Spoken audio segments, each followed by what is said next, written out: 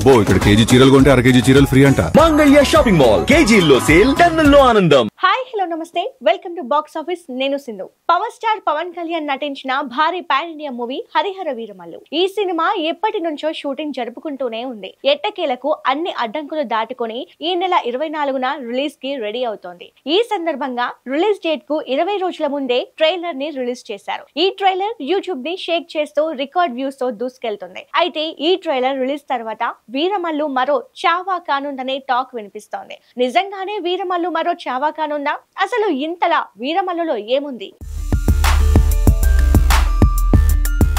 Pawan Kalyan Veeramallu trailer లో మునుపెన్నడూ చూడని విధంగా సరికొత్తగా కనిపిస్తున్నారు. ఢిల్లీ సుల్తానుల నుంచి సనాతన ధర్మాన్ని రక్షించడానికి నడుం బిగించిన యోధుడు, మొఘల్ శక్తిని ధిక్కరించిన వీరుడు వీరమల్లుగా పవన్ కళ్యాణ్ కనిపించిన తీరు కట్టిపడేసింది. మొఘల్ సామ్రాజ్యంలో అత్యంత అపఖ్యాతి పాలైన పాలకుల్లో ఒకరైన ఔరంగజేబు పాత్రతో బాబీ డియోల్ భయంకరంగా కనిపిస్తున్నారు. కోహినూర్ వజ్రం కోసం పోరాటం, మొఘళ్లతో వీరమల్లు తలపడ్డం వంటి సన్నివేశాలతో ట్రైలర్ ఆద్యంతం ఆసక్తికరంగా సాగింది.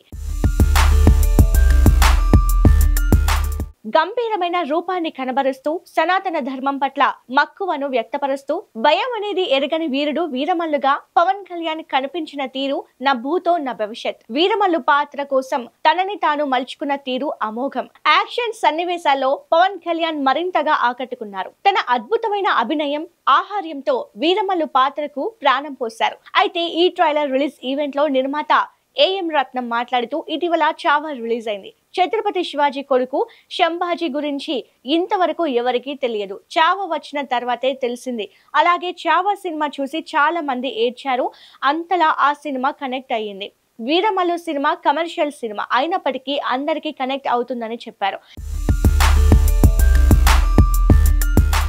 ఈ మూవీ ట్రైలర్ ను పవర్ స్టార్ పవన్ కళ్యాణ్ ఒకసారి కాదు, 2 సార్లు కాదు, ఏకంగా 7 సార్లు చూశారట.